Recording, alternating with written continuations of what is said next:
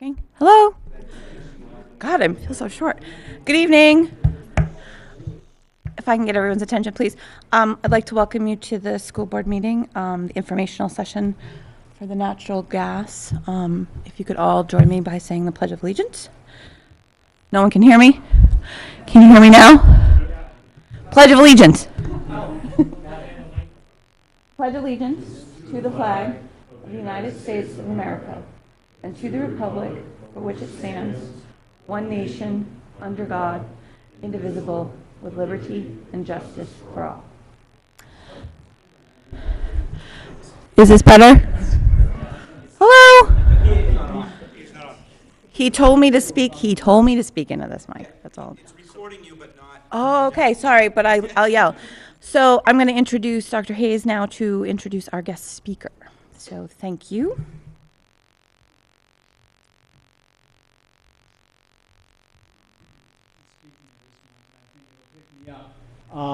About a little over a year ago, I began investigating options for a new junior-senior high school regarding alternative energy, alternative fuels. What could we do that would reduce our operating costs if we built a new school?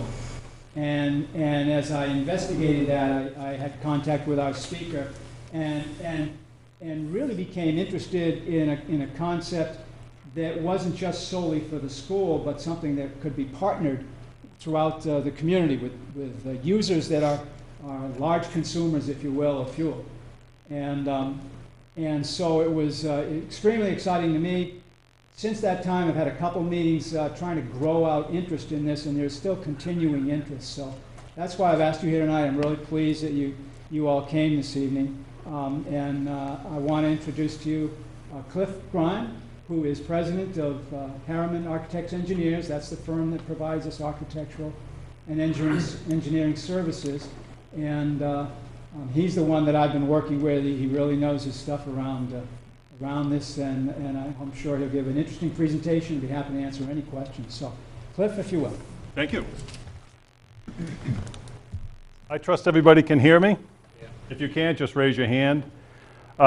This has been a great conversation that we've had with James and Dan Beeson from our office. And as he said, it started out as a conversation about what can we do to provide some innovative alternatives for a school project. And it grew into more of a community conversation. And I'm going to give you a snapshot and make sure my slides work. But what I'm hoping to do tonight is to give you a little background on what trucked natural gas or compressed natural gas, liquefied natural gas products are, how they can be applied, does it make sense and why, what is the resource availability now and in the future, and then what are some of the financial benefits. And what we've done is we've looked at kind of a 10,000 foot level at this community, and we're going to be giving you some data tonight that I think will provide you insights as to the opportunity that we've identified, and hopefully that'll generate some questions. But this is an option that we've endeavored in. There are several others that we've looked at, and that'll be up here tonight as well. But I am open to questions, but with that, I'm just going to kind of jump in and go ahead and ask questions as they come up. I want to give a little intro into what is this compressed natural gas, or liquefied natural gas, and how does it differ from a piped source? Piped natural gas is a nice resource to those density centers that have it available. But in the Northeast, it's not that widespread, especially in Maine, New Hampshire, Vermont, even upstate New York. So we have seen the development of an industry over the last couple of years, and what it is, it's a trucked natural gas. And it's becoming very financially beneficial to explore that as an option when you're planning school projects. Some of the data that differentiates liquefied natural gas from compressed natural gas. Liquefied is stored in a liquid state. It has its own, and I don't have to get into all the technical garble about it, but it's stored at minus 260, and there's really only one location that can actually charge an LNG, liquefied natural gas tank, and that's down in Massachusetts. And that may change soon, but right now they have a bit of a monopoly on LNG sources. Compressed natural gas, it's actually it's a very highly compressed gas that's in tanks, and it's stored under a high pressure, and it's much more available than LNG. The LNG factory down in Mass, I've heard, put a little bit of a demand charge on every gallon of liquefied natural gas that they sell. The CNG, any place that has a pressurizing station and a metering station can provide this. I just read where they're opening up a facility right in Elliott, just across the border here, so it's close by. The nice thing about natural gas, whether it's LNG, CNG, or piped natural gas, 85% of that source it's methane gas. It's really a renewable source. I wanted to give you a little bit of a insight as to what liquefied natural gas, and we're not recommending liquefied natural gas, and there's a reason for it, but it requires a considerable amount of on-site equipment, you know, vaporization equipment. We all set, James?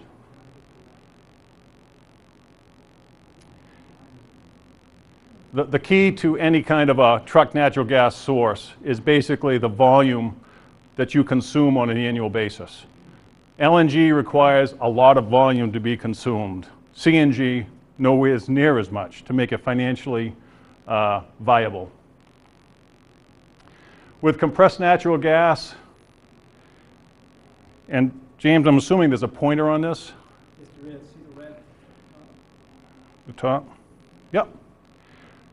All you need is a metering building and a regulating building, and basically the compressed natural gas comes in a flatbed with pressurized vessels on it, and they park one or two of these on your site. And based on the volume that you consume over a peak period of time will determine the capacity of that particular installation. Really, the only thing from that point, from this kind of a small station here, is a connection right into the building.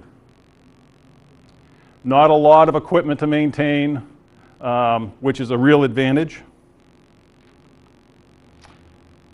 Basically, on a larger scale, what we're looking at is having 2 trailers on a site. You have a bit of a preheater that takes about 1% of the stored gas for processing that compressed natural gas. And then it's basically delivered to your building. It's a relatively straightforward process. There's not equipment to maintain other than the preheater. Yes, sir? Yeah. You mentioned the tanks and the piping to the building. Yes. What about the existing boilers and infrastructure piping? Yep. Doesn't that change? Yes, I'm going to get into that. Part of the financial evaluation that we did is we went through and we assigned certain values to the conversion from oil to natural gas or a compressed natural gas product. So that's reflected in some of our evaluation. So what this really does is allows you to have an opportunity and an alternative energy source that wasn't originally available. You basically had oil and LP gas available to you as a fuel source. This brings another opportunity in which allows other opportunities and other options for you to consider when it comes to technology. Condensing boilers or combined heat and power. I mean, that's stuff that natural gas can feed that oil typically can't. As far as the availability of natural gas, part of the information that I research on a regular basis is what kind of domestic supply versus imports are we looking at. One thing about natural gas, and I'm sure you've all read about it, is the fact that we have a relatively abundant capacity in this country in natural gas. And if you project out over the next 20 or 25 years, what all trends in the industry are showing is our domestic supply is going to grow and our requirement to bring it in from a foreign source is going to decrease. So we can be basically self-supportive with natural gas, which I think is a good thing to consider. The other nice thing about this option is if we ever do have enough development to justify having a piped natural gas source brought to the community, the infrastructure that would be needed would be in place with this type of an alternative. And basically, instead of having tanks in a specific location, you'd bring a piped natural gas source to that same location, distribute the same as you are now. Cost of fuel, and I have some charts coming up that are going to compare some of these costs to more traditional sources that you may be familiar with. But compressed natural gas is about $12 to $18 per million BTUs. And LNG is a little more expensive. You need a whole volume, almost 10 times the amount of consumption for LNG to be justified for a community or for a campus. Some of the comparisons that we pulled together when we were looking at the high school or the junior senior high school was, I wonder if we should continue to burn number 2 fuel oil, or if you did have a piped natural gas source, how does that compare as far as dollars per million? We have propane, geothermal. That's a project and that's a technology we've had a lot of experience with as well. And it costs quite a bit more up front. Operational costs are about the same as a compressed natural gas. Wood chips and wood pellets, the cost of the fuel is relatively inexpensive, but that's part of the equation. You also have to take a look at what does it cost to run, maintain, and do you have an urban or a remote site that you can actually access with trucks full of that fuel type. The compressed natural gas and the liquefied natural gas are both still quite competitive compared to propane or number 2 fuel oil. So when we started looking at that, you know, we started putting our heads together, and I said, we need probably at least 130, the equivalent of 130,000 gallons of oil or 150,000 gallons of oil on an annual basis to justify considering one of this fuel source in particular. So I knew the school didn't represent that. So I said, let's take a snapshot of some of the adjacent properties and buildings and see if they combined would represent not only an opportunity to bring an alternative fuel in, but to maybe even benefit from that inexpensive fuel source. This is a lot of information in a small chart, but what I wanted to do and what's important to point out here is I broke it down. All these different fuel sources are rated in cubic feet or gallons or kilowatt hours or pounds, and I tried to break the units down into one consistent comparison, and that's this right here. It's dollars per, it's called decatherm or a million BTUs. So when you go down through here, you can see that number 2 fuel oil is about $29 per million BTUs. Piped natural gas is about just under $8. Propane is around 24. And you come down here to compressed natural gas, and it's just under $13. So a little less than half the cost compared to number 2 fuel oil. And so you can see why it makes sense to just consider this as an opportunity and an option. The other things that are benefits here is with a natural gas source, the efficiencies, the different types of technology that you can include in your facilities are more robust and more efficient. So it's certainly a good option to consider. I wanted to give you a kind of an idea of what this might look like. With a compressed natural gas source, you'd need about 1/3 of an acre, basically, to house all the equipment that you'd need. It needs to be about 50 feet from any occupied facility. And you basically have a roll gate, and we put up just a chain link fence just for security purposes so no one goes in. And I also want to make one thing clear. I'm an engineer. I'm the president of Heron, but I spent my first 30 years of my career as a mechanical engineer, and I can't give that stuff up. Even though being the president of the company during the day, I can't give up on this stuff. This is the fun stuff that what we do. So this is what I like exploring, and so I'm not selling natural gas. I want to make that very clear. I'm all about bringing options to clients and getting the best return on their dollar that they invest. So basically, a couple of flatbed mounted tanks, a small secured area on about 1/3 of an acre. So that's really what it boils down to, and having some form of access into that location. So this is a somewhat generic site plan, but it really represents what you would see. So what's the cutoff point? How many gallons, how many boiler horsepower, how much do we have to consume on an annual basis to make this feasible to consider?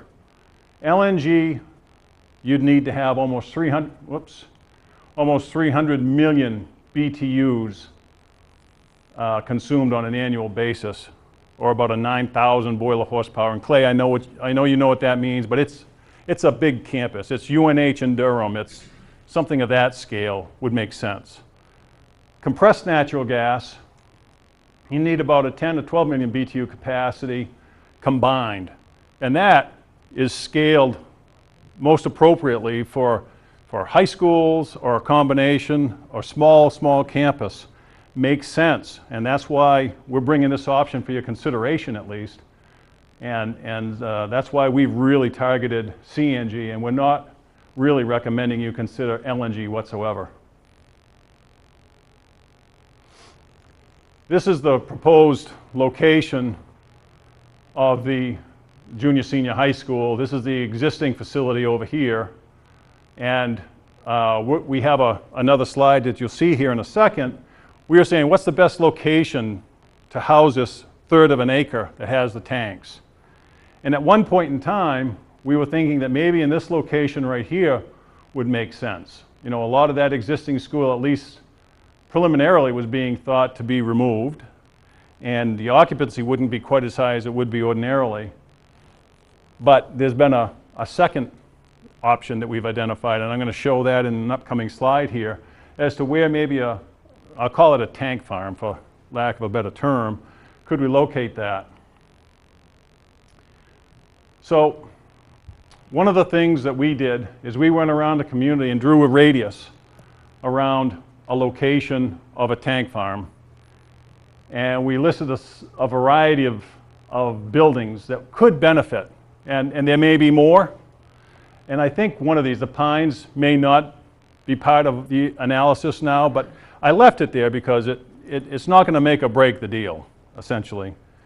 But this is just a snapshot, and this is what we used as a basis of our calculations. If we had these institutions interested, it would represent about just shy of 160,000 gallons consumed on an annual basis. So it met the threshold for CNG. Yes, sir? Yeah, I'm just noticing you have a new school at 40,000 gallons, and the existing junior, senior high school at 8,000 gallons. Correct. You're saying the proposed new school that you looked at is, what, 12, 13 times larger? Well, the new school would be about 200,000 square feet. The existing school is going to be demolished. I used basically the remaining square footage of that existing school only. I didn't take the current footprint of that existing school. Do you know what that would be? The remaining square footage, Yeah, basically, it's about 15,000 square feet. It includes about 15,000 square feet. It's the gym, basically. Yeah, it's the gym. Right, I'm saying, what is the existing facility, if you look at just the whole as a comparison? If Just looking to see size-wise one versus the other. it would be more than 40,000 gallons. It's about what now, 110,000 square feet? I bet you'd be around 60,000 gallons, 55,000 gallons based on existing conditions. So you're going to almost, you're going to increase by 75% and reduce your actual fuel consumption in a new facility.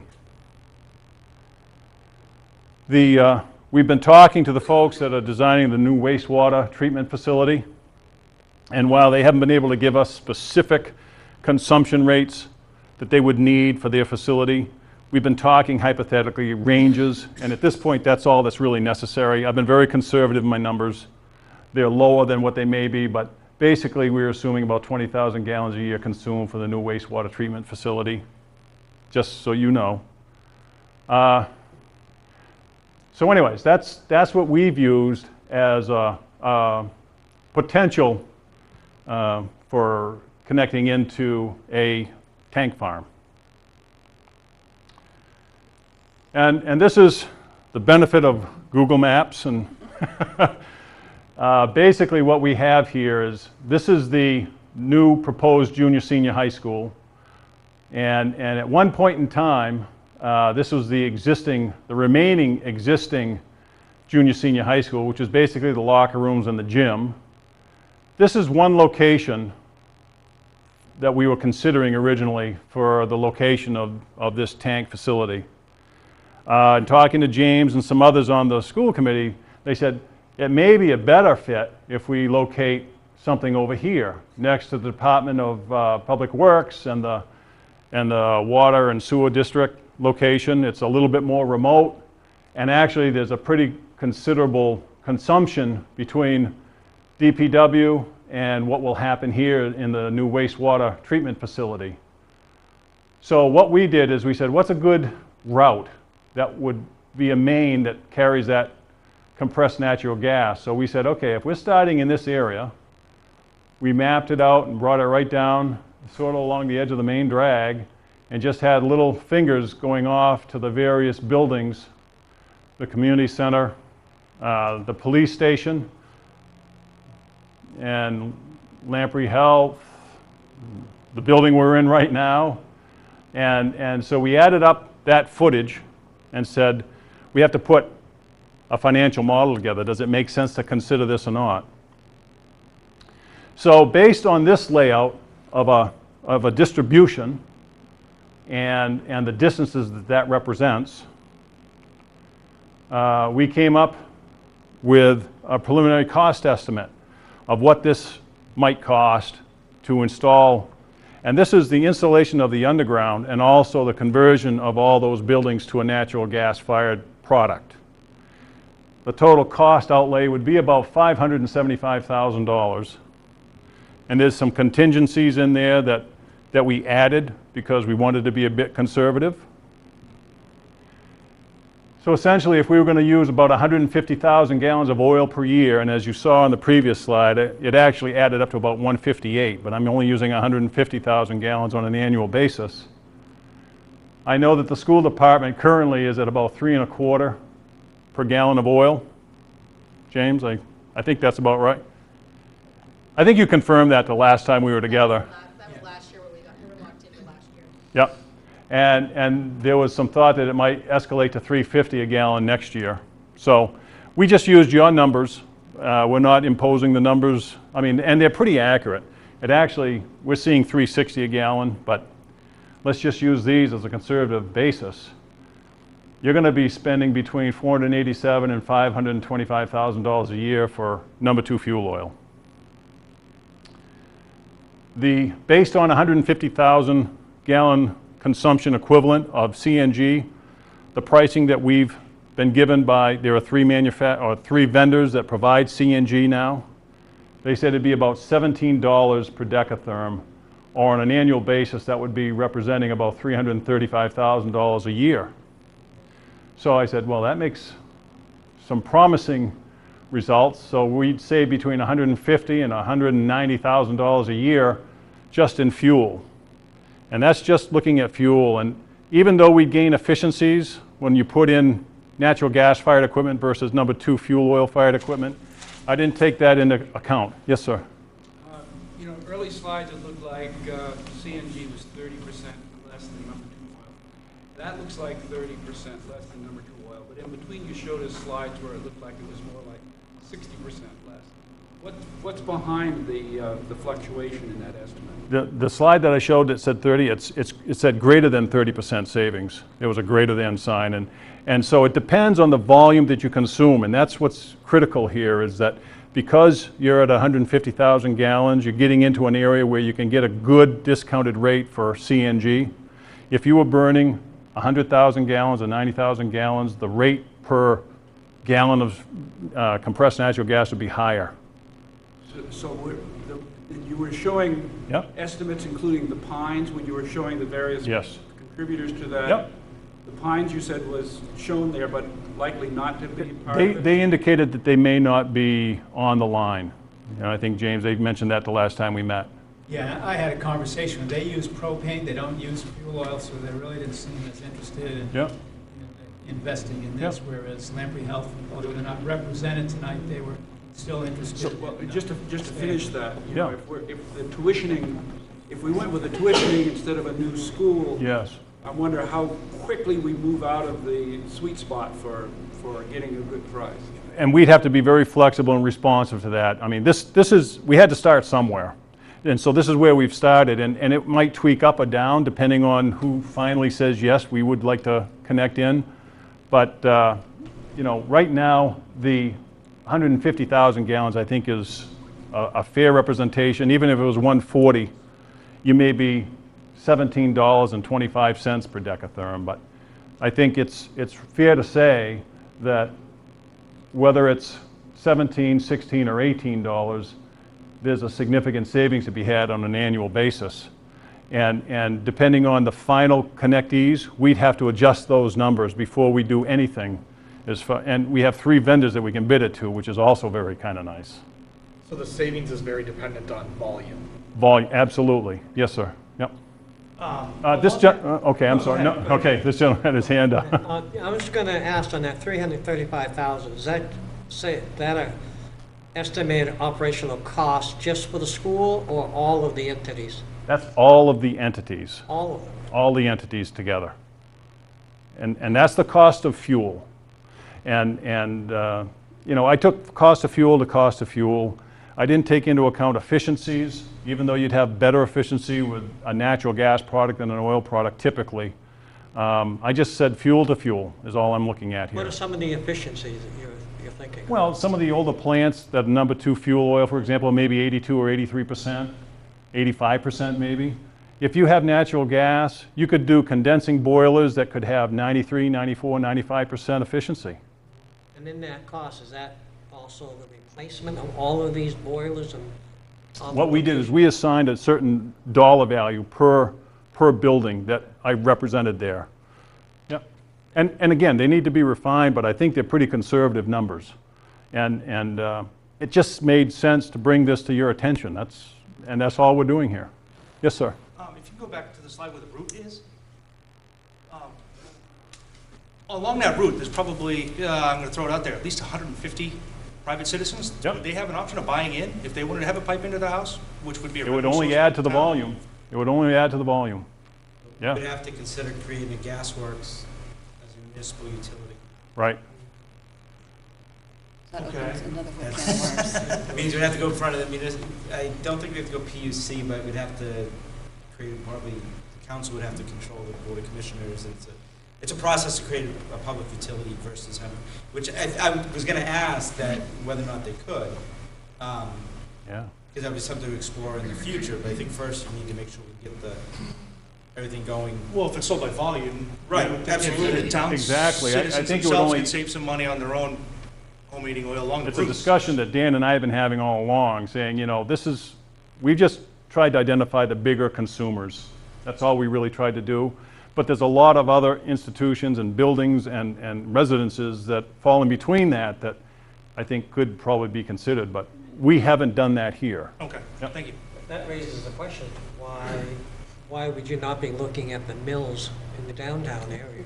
Well, what we tried to do was keep everything within a mile, you know, and so originally when we had the location right here, we went half a mile this way, half a mile this way, and actually the police station is kind of the outlier in this whole discussion, and for the size of the police station and the couple thousand gallons a year, that was one where we were marginal on whether it made sense to extend it out there or not. But I said, let's bring the whole broad picture, and if we have questions or we have adders or subtractors, we can do that and update this very easily now. Yeah, 2 questions. One is, you had mentioned propane, or one of the people who weren't necessarily interested in this idea currently use propane. What is the cost comparison if there's a current propane user? Is it economical to switch to compressed natural gas as an added incentive to get volume, or are they currently as cheaper? I'm trying to go back to that slide where I had it all laid out. Here we go, right here. Right now, propane gas is about $24 per million BTUs. Compressed natural gas is just under 13. I would suggest to that institution that would still make sense to consider compressed natural gas. Well, so and if you can give us a reason why, because it seems it's pretty similar to the ratio of oil. It's only about $4 more. Yep. So I was interested because you have a number of apartment complexes as well, Yep. and others that may use propane today. Right. The other silly question. No silly questions. I'm not technical. Does the wastewater plant have as an output methane gas? Okay. I would assume so, but you would have to take a look at the volume you're processing, and you'd have to make sure that you can actually encapsulate that and capture it. And I'm not sure they're going down that road. It doesn't sound like it because it's not that large volume that would typically be justified. The answer is yes. So we're actually drying. So the fun part of, we're drying the sludge Yep. through a process, and then it gets processed that way. It's not a, Right. It's not like a garbage dump where things Right. are rotting in the ground. Right. And now yeah, basically. Yes, sir. So going back to other potential users, and you mentioned the pine, Yep. is there reluctance in, obviously the fuel is cheaper, and I'm assuming it's not a big conversion cost going from propane. Really not. So the reluctance is probably assuming the capital costs up front to their share of that is probably Right, what they're exactly. looking at. Yep. And what we've gone far enough so that if any individual entity wanted to say, what would be our share of this based on consumption on an annual basis, because we've looked at each of these institutions and there may be some small refining, but we're in the order of magnitude per consumer. We could run that return on investment for them very quickly. So I think it's a matter of saying, is this real? I think they're reluctant. I'm not sure if they really believe that this market is maturing, and I'm saying it is. We have 3 very aggressive vendors that are looking to get CNG out there right now. And so it is absolutely a market. Yep. Where's our nearest natural gas pipeline? Durham. You got one in Durham. Portsmouth has natural gas as well. Does Exeter? No, Exeter does, but it's downtown. But Yeah. Durham, the closest for us would be Durham in the area about where 108 Yeah, it stopped. T's near the town hall, Irving area. Yeah, it stopped about that area. There's been a couple of conversations we've had. We're talking to other campuses that are interested in considering this as well. And they're saying, we think that within 5 years, we're going to have piped natural gas, so why should we do this? And when I see numbers that, where I say, the worst case scenario is 3.8 year payback. Best case scenario is 3 years or less. You're going to recover your investment. You're going to have the infrastructure in place. And when the piped natural gas product comes in, the installation cost is going to be reduced because you have your infrastructure in place already. You've recovered your money. It's ready for a piped source, in the future. So I think it'd be an easier sell to bring piped natural gas in the future. But that typically goes through a regulatory process that takes a couple, 3, 4 years, and that you can get your money back by that. Why keep spending that kind of upfront cost on an annual basis if you can reduce it? Is that the limitation, though, of the CNG? You're saying a mile from the source? No, but I'm just saying to keep it relatively financially attractive. Once you start getting out further than that, you still got to have big users at the end. And we said we got to draw the line somewhere. I didn't look at the entire community, but I looked at the bigger users, and this is kind of the radius that we came up with. And there's no real science to it, quite frankly. What are the mill buildings using now to heat with? Do you know? The mill building, I didn't explore them, so I can't tell you. Does anybody know? I mean, that, Yep. If it's number 2 or if it's LNG. Then the Yep. police station, sort of doesn't matter where the volume comes from, it's the efficiency that That's right. I think for the police station, though, you're forgetting a few other buildings that we could get to the police station.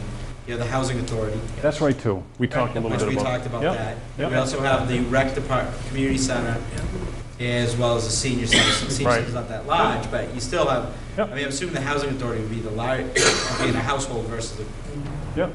a government entity is a large. Yeah. Again, we listed just a select, I think it was 9 or 10 actual total. I mean, if we added to the total, the dollars per BTU would go down as the volume increases, so. And speaking of the housing authority, can you use it for cooking? Say if Yeah. you were to put it on? Yeah, it's the absolutely, same- it's the same, yeah, once it's in the, it's the same as natural gas, absolutely, yeah. Yeah. Yes, sir. With CNG, do you have to have one central tank farm, or can you have smaller, quote-unquote, tank farms throughout your routes? You Say, really- instead of having one all the way up to school, could you have a smaller one at the school, smaller one at the police station? They kind of group together into, or is it more efficient to have one? Financially efficient, because they're going to fabricate these trailers and tanks specifically for your community.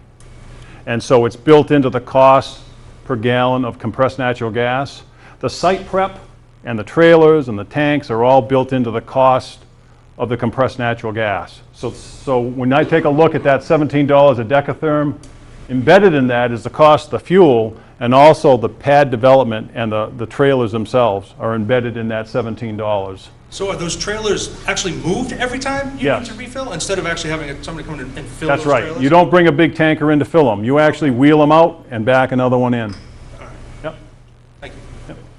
Wouldn't it be smart to have it located at the area you first were thinking about, which is the sewer treatment plant versus on school grounds with children all being there?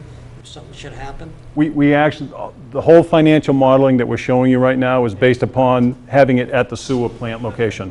Yes. Yes, sir. I have a question. You said the $17 a decatherm Yes. is that's included infrastructure. That's including at the pad where the tanks are. Okay, now my question is, you're better off if you're a consumer owning your own propane tank, because then you can go out and shop prices. Okay? If we were to have this built-in infrastructure, you're sort of locked in. You couldn't go out to bid again. Well, you could bid your service. Again, there's 3 vendors that are providing a compressed natural gas. Just saying, once you get the infrastructure in there with vendor A, Yes. you're committed to using vendor A, where if you had your own infrastructure, you pay for it yourself, every year you can go out for different quotes. I believe, and I need to confirm this, what you're going to find is whoever is a successful bidder to establish this infrastructure up front will require probably a 3-year or 4-year contract. And they'll guarantee the cost per therm and per BTU for that period of time, but they need to recover that investment that they've made. After that, I think it's fair game. Yes, sir. So when you look at assumptions where things will change, you're going to be guaranteed for essentially the term that you're predicting your payback, the cost of your gas, because Yes. that's going to be built in. Yes. So the variable that you can't quite predict is what the price of number 2 oil is going to do. That's It's correct. relatively high now. Right. It wouldn't be surprising to see it. It could go either way, but it wouldn't be surprising to see it drop. And so that would increase your, Yep. the payback a little bit. It would, and again, it's based on, I don't have a special crystal ball that I use versus what you see in the newspaper every day.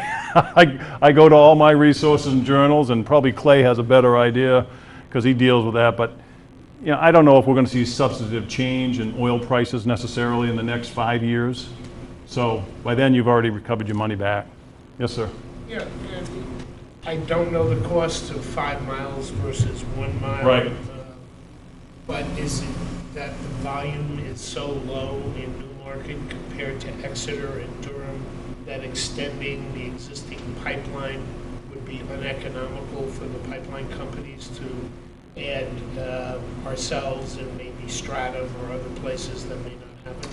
I would be very surprised, standing here tonight, that those companies have not looked at what you represent for a low density and run the numbers and they'd be knocking on this building's doors if it made sense right now.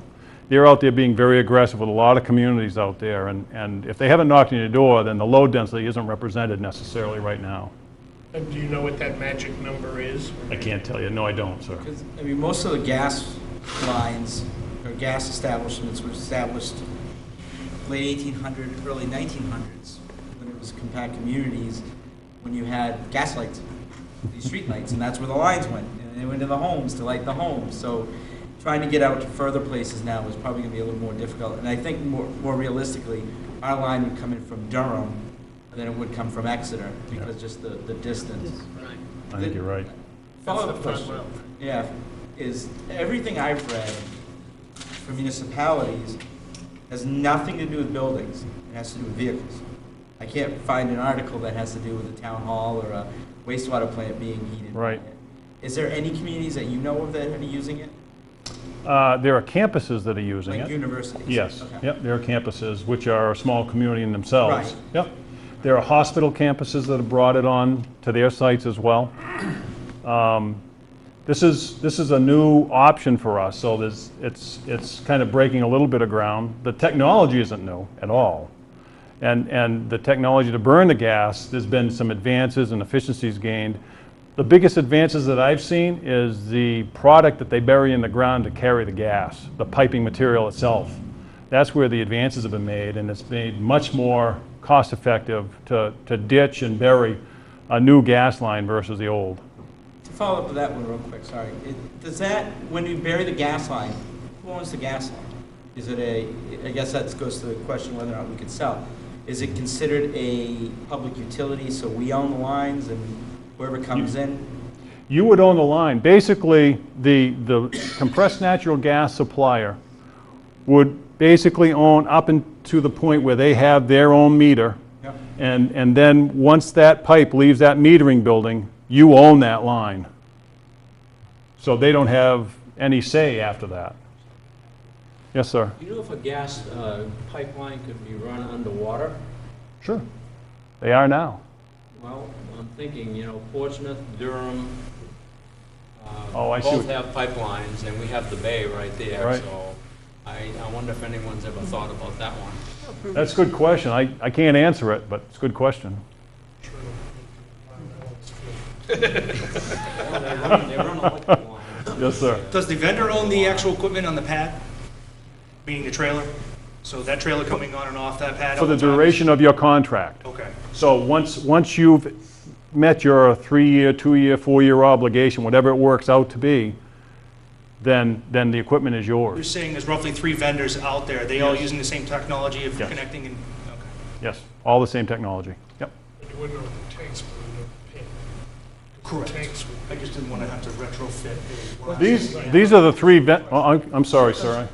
When you say we own it after whatever the contract is, what's the life expectancy of that, Of the tank, of the whole facility? life expectancy probably be 20, 25 years, I would say. And then we'd have to retrofit it? Well, yeah, you'd have to do some maintenance and upgrades, but it's like it's a gas meter and it's a preheater. So, it's a mechanical device, and typically mechanical devices have about a 20 or 25 year life expectancy. So, either through maintenance or replacement, you'd probably have to replace some of it, but not the whole entire installation, just a component of it. Okay, we'd have to set up something like in the CIP, dollars to replace further down the road any components. Yeah. After it's okay. I mean, yes, realistically speaking, yes.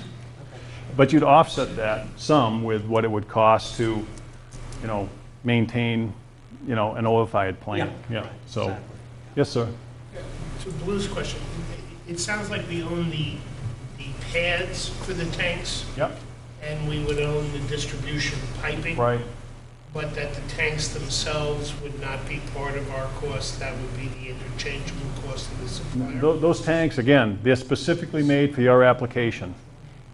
So basically, the gas companies are trying to recover their investment in the development of the pad and of those trailers and tanks that they fabricated for you as a client.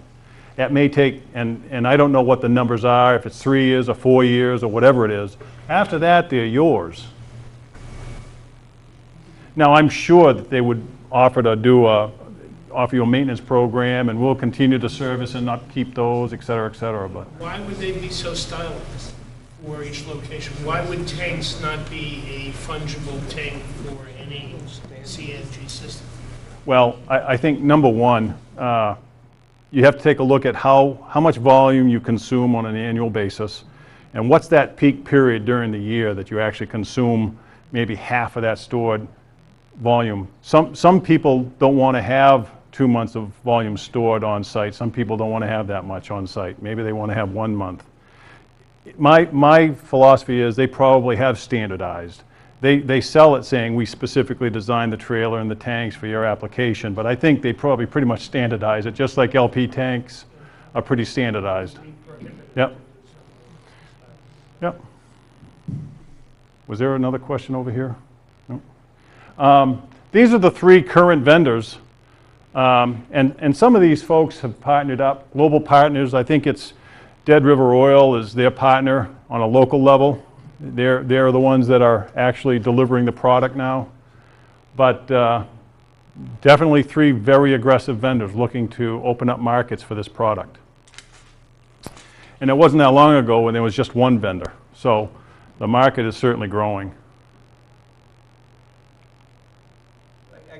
Question on the vendors. Yep. If it's a very profitable entity, why aren't they installing the lines to the building? Like gas companies are now. I don't think they want the liability of it. They're in the business to sell fuel, I think is what it is. And even pipe natural gas, even though they install it, they charge you for that installation. I think you can probably get some pretty competitive pricing to install that versus having the fuel supplier do the installation as well. But I guess my question to follow up to that would be then, do I have to hire a new crew to maintain the gas line and basically start a gas department? yeah, I mean, you'd probably have to do some monitoring, and there would be safeguards. You need to monitor the pressure in that line and determine whether or not you have leaks but this new product is, underground product is so good. I mean, there's miles and miles and miles of natural gas lines, so. These are some that we're familiar with, and these are all in Maine. I'll tell you that right now, but still, there are big potato farms up in the northern part of the state. The northern part of the state has really benefited from this. All they had available to them was number 2 fuel oil and number 4 and number 6.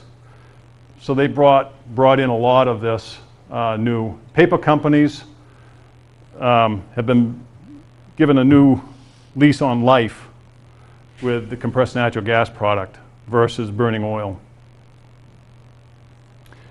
So those are 5 that I am familiar with, and there are several they've said that are being considered here in this state and also in Vermont. Yes, sir. To Steve's question, if I'm trying to understand just the 2 concepts, today if someone's on heating oil, yes, they're getting a delivery, there's no underground pipes to be maintained, the tank's coming to their house. If we build this new infrastructure, do you have figured in, I understand you have the capital cost figured in. Yes. But it seems to me that the town would be inheriting, either paying maintenance to another company to maintain those pipelines and tank farm, or that would be an incremental operating expense. Is that incremental operating expense figured into this for only the capital costs? I haven't looked at those operating costs, and I tried to express that. The efficiencies gained by gas versus oil, and the operational cost to maintain oil facility versus gas, I did not. This is basically fuel to fuel. That's all I've really done. Okay. If you're asking me my opinion, I don't think you're going to see a significant change in the return on investment to maintain about a mile total of underground gas line. That's all we're talking about, is about a mile, mile and a half, mile and a quarter-ish. So it's in comparison, pretty small length of pipe.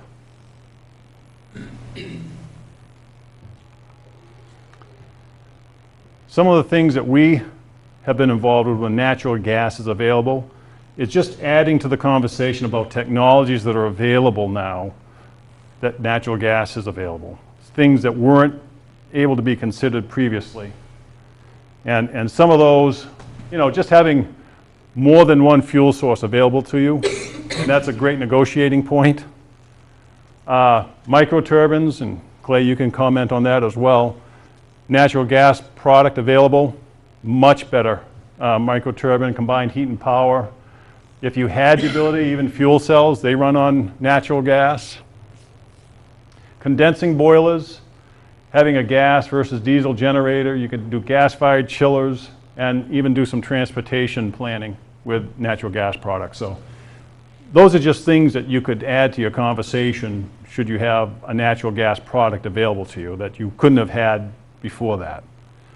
I just thought it'd be interesting to bring that to your attention. Oh, that's the end of my slideshow. Yes, sir. Is this still feasible, say that we don't go with a new school? We'd have to take a look at the volumes that represents. If you don't go with a new school and you keep the existing school and upgrade it, we'd have to run the numbers because... Perhaps you could take us back to that list. Sure. Well, The new school, about 40,000 gallons. If you were to, well... But that could be offset if the school is not built and we transition the students to Durham. Yeah. That could possibly be offset by adding the rec department, adding possibly some mills downtown. So Without a doubt. It's not really all based on the school being built. Correct. Yeah, and again, it's a numbers game as far as volume goes, and It's all what on volume. it is. So that volume could be made up through other entities. Yep. Yes, But ma'am. is that 15,000 for the junior, senior high school? Is that with the existing, if we had to keep the middle school going? No. Would that? No, it's actually You're still keeping one school going? the existing junior senior high school was basically just locker rooms and gym. That's all I calculated here. If more of that was to stay in place, then we'd have more than 8,000 gallons a year consumed. Before, it's about 110,000 square feet Right. today is the whole facility. Right. So the new one would be perhaps more efficient, but almost twice as large. Just about. Yes, sir. Could you go back to the decatherm on the different prices of the propane, natural gas? Yeah. Which way are we go? I can't remember which way we. There we go. Yep. Yes. Right here. Can you go back one more slide where it's in graphical format? And a lot There you go. easier to read? Thank you. Yeah, much easier to read, David. Graphically represented. What's the difference for CNG between the number on the one you just showed, the one slide forward, where it's showing at, it's $13. Yeah, 1277. Yep. And the $17 you show when you're doing the break-even years. That $4 a decatherm difference is basically the recovery cost of the infrastructure. That's right. For the, Yes. the vendor. Yep. Exactly right.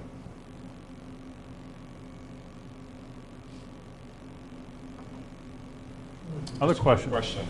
On the propane you're showing up there, I believe it's $2.10 a gallon? Propane is about $24. Well, I'm saying per gallon. yeah. Yeah. Yeah, 210 per gallon. I believe the town just negotiated a price of like $1.60. Is that right? Yeah. That could be. I mean, that's fantastic. I mean, The other thing about, it's, we've talked about this 1 mile radius. Yeah. And then people say, bring in the mills. And Yeah. Bring in private homes. Now we have a small utility. Utility, I know. And to grow. Yeah. And Those the volume goes down. Yeah. But the one thing I will say is it's easier to deal with a compressed natural gas source than trying to extend LP gas those distances. And I will say that. But $1.60 per gallon for LP gas, that's a pretty attractive rate. That's one that I don't see very. follow up on this, Yeah. as, this this new process, don't you think that the propane people will be more competitive on their price? I would hope so. Yeah, absolutely. But again, I mean, if you think at some point in time in the future that piped natural gas will come to your community, you'd have an infrastructure in place to receive it at least. Now, let's say this future school, Yeah? have you thought, will it be the furnaces, the boilers, will it be dual fuel? Have they gone that far? I haven't, but the technologies that I listed here that are available to you would be dual fuel capability should you go that way, and that would be an advantage to you, I think. You talked about on the, right after the pad, there's a heater involved. How is Yeah. that fired? That takes about 1% of the stored gas to, it's compressed natural gas, it actually fires that preheater. Unfortunately, Newmarket has been a victim of the 100-year storm roughly 4 or 5 years in a row. Okay. When parts of the town, my wife and I had no power for Right. almost 7 days. Yep. What is the backup for that heater to make sure that facilities are still getting their heat or whatever they need? It's a good question. You could add a generator. Right now, Can it be run by a generator? It can be run by generator. Right now, I haven't reflected a generator in the cost here, but it could be, absolutely. As a matter of fact, they're run by generator on the hospital campus. You got to have that. So they're all run by generator. So this analysis doesn't have a backup source of power to keep it? It does not, no. Nope.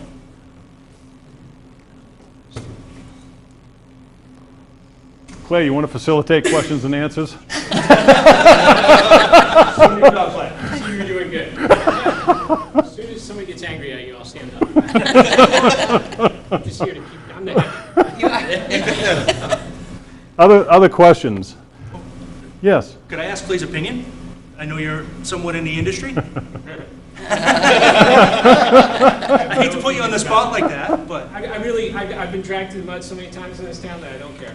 I tried to help the town a lot. I think it's a rational decision. I think you see the same metrics that I see, and I really I don't have an opinion as an industry person. I have an opinion as a citizen, and I think it's good that the town's exploring this option. And it seems rational.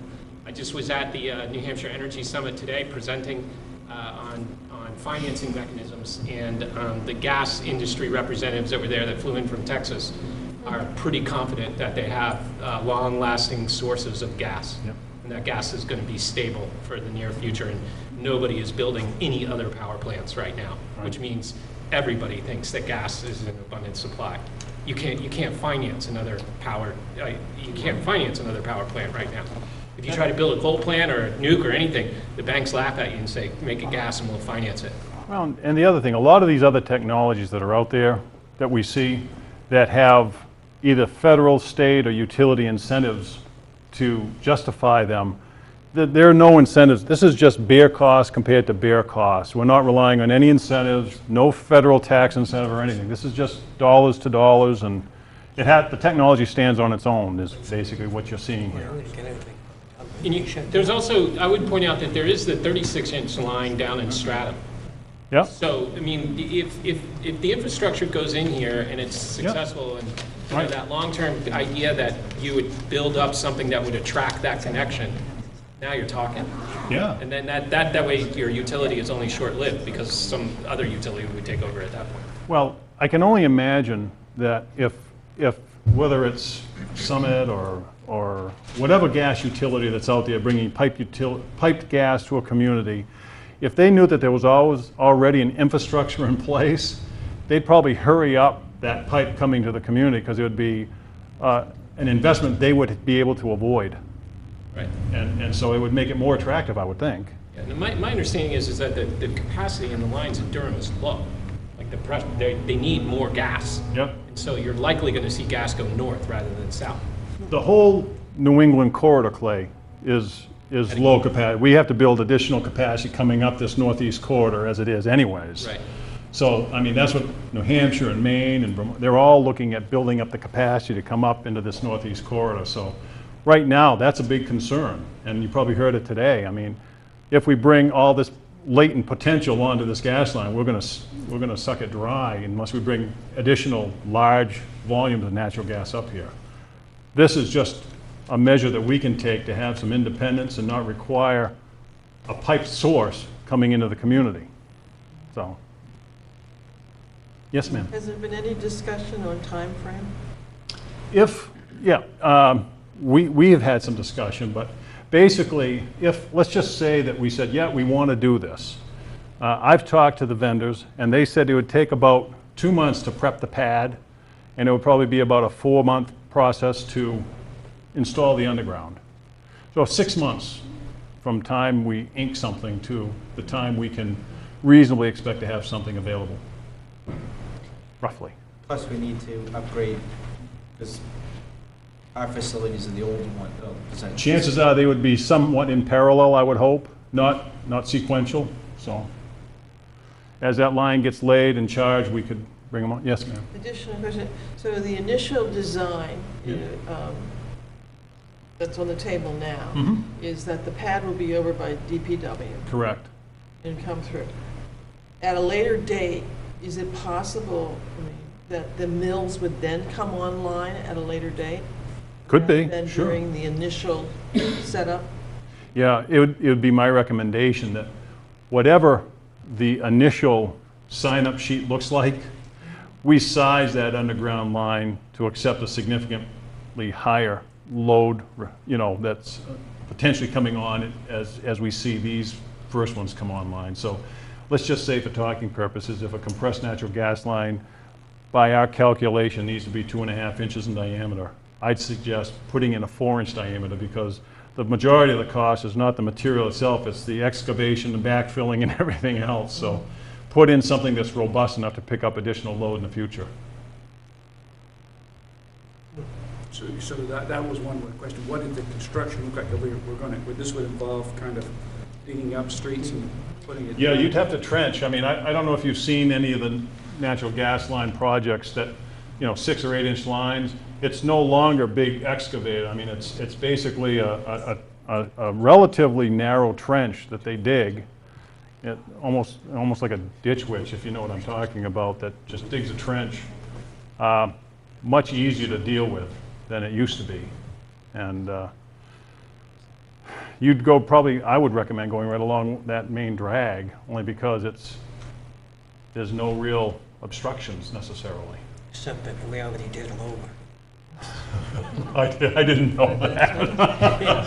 I'm sure we could explore that. $5.2 million to do it. Yep. When they talk in time frame, I'm just doing quick back envelope sitting here. I mean, I can't see us having anything ready for this year, for town meeting. No way. It would be at least a year out. Odds are, Dr. Hayes and I talked real briefly, this would have to probably be more on the town side than the school side if it's going to hook up all the buildings. Only the town has the right to create utilities, the school does not. And if we ever wanted to expand it, we would be the ones who have to create it. So I mean, there would have to be a lot of research. And the other one, me being devil's advocate, we'd have to look at liability. What happens if? Well, and the other thing I just want to point out, this is a pretty high-level look at, does this option even make sense for you all to consider? I think the numbers show that it makes sense for you to consider. We haven't walked every lineal foot of this pathway, as an example. We've driven around, we've looked and everything. We haven't taken an in-depth look at each one of these heating plants either. I mean, there would be additional, reconnaissance that would have to be done, but we just want to bring options to you folks to consider that seem to make sense to you. And this one seemed to make sense, and it would be an opportunity to extend it to a broader group than just a single project, a single school project, if you will. So, yes, sir. As what Steve said, a year out possibly. Yeah. Based on those numbers, go a year out, what would you put as a percentage in the cost increase? An escalation, you mean? Yeah. You're asking me to... Yes. Crystal ball. Well, I mean, heck, I could easily see, on a compressed natural gas, maybe 3%. I think oil, boy, I don't know, 5%, 8%. Infrastructure costs and all that? Infrastructure costs, that piping material is not on the critical list of materials like copper and things of that nature. Mostly labor. It's mostly labor. So maybe 3%, if labor goes up 3% maybe? And we can take it out of Steve's salary. Thank you. There's two of us here. Oh, yes. Let's not forget the other one. Other questions? I want more being a utility manager. Well, I think along the line of what you were saying, Steve, Dr. Hayes, if you were going to try to do your due diligence between now and town meeting 2015, you kind of have to figure out what are the next steps we should be. Sure. What have you thought about there? What are you thinking about? To throw it back at you, my next step would be, is the council actually interested? I don't want to do a lot of research if it's not something that you guys want to explore. Well, it wouldn't just be the council, it Well, would be the residents. Well, my first... You're I work dealing for with the the council, council. yes. Yeah. And it would definitely be the residents, too. And this is really something that's been kind of generated between our discussions and James and mine and Dan's and... Well, I think, but it's just from my own, I think for the amount of work that's been done in it already, we should go further. Certainly, haven't seen enough to say, no, we're not interested right now. So then the next step will be, what are the questions we'd have to answer to continue down this road? Sure. What are the concerns? You mentioned liability, I think that's one. Yeah. I think the other one that comes to mind is time will help us in terms of fine-tuning what those demand numbers look like, would it make sense to approach the mills now? Are we going to tuitioning versus building a new high school? All of those things are going to impact the number, and as you said, the payback period will change quite a bit depending on the number we were to end up with. So you could do both of those things without a lot of work or a lot of money. You could also document the existing facilities, because if there's a hidden cost here, replacing all the current boilers and the internal piping within the buildings is not included in the analysis, so getting some blocking and tackling on that. I mean, a big thing for me is to research the legalities of signing up a utility. Right. The 3.8 payback time, even if it goes out to 5 years, it's better than 20 years. That's a pretty good ROI. Oh, yeah. Like you see in most cases, 15, 20 years out. Right. Yeah. Yeah, you can't ignore the payback period. I mean, it's- That's a critical thing. Yep. Yes, sir. So I guess the question that I have, because we've been batting around new school, existing school, knowing the building, how easy would the old school be able to be retrofitted with all this kind of piping and heating and all that kind of stuff, knowing what we know about the building? Not too bad at all. Okay. Because basically, the renovations would require a new boiler plant. Because right now, it's really tiny. So if all you're building a new plant, it's easier to pipe it with whatever fuel source you want. You're starting from the same point. Yeah, yeah. I mean, there are some things, and I'm just speaking strictly on systems in the building. Yeah. You can put insulation in existing buildings so that the thermal envelope, is close to a new, not exactly, because it would probably be cost prohibitive. Some of the things you probably couldn't do in an existing structure that you can in a new. What we like to do is do a very low heating volume. In other words, we heat a lot of our buildings now with 110 or 115 or 120 degree water, and we put it right in the floor slab. Chances are you can't do that in an existing structure, or that's probably going to be cost prohibitive if you try to chip it up and redo the floors. So there are some trade-offs, but I bet you can get 75 or 80%, 75% of a new school construction efficiency with an existing, really renovated existing structure. Ballpark? Where's the nearest facility that's using this CNG? Right now, it's up in Maine. Yep. Nashua just opened, but they opened up a plant, but it's mainly for vehicles. Yes. Concord and Rochester and Elliott, Maine are looking at opening places to get it. Yes, correct. It's mainly vehicles. Yeah, there's quite a bit of activity going on in this arena right now, but not a lot of actual installs. Yes, ma'am. Was Rick Malasky involved in one of the meetings you had, our Department of Public Works. Yes. Did he He was have? the one that brought up the use of the town facilities and the wastewater treatment plant. So I was Because just curious. That's brand new, we could incorporate He the said, bring it dialogue. down here, we use a lot. So he was kind of like. He was oh, excited. All right, all right. I just was wondering what, Yeah. as the director of our public works system, what his Yeah. opinion was. If you have other questions, I mean, just route them through James, and I'll give you any information I have. Thank you all for your questions. Thank you so much. I'm sure you can share this PowerPoint with me, right? I have before. I know. I'll make sure Absolutely. it gets distributed so people get copies of the PowerPoint. Absolutely. And, taking off on what Steve said, I'm sure it'll be on our agendas in our different committees. We'll talk about it and see if it makes sense to dig into it deeper. So- Just take the flash drive. Okay. Yeah. Yeah, all right.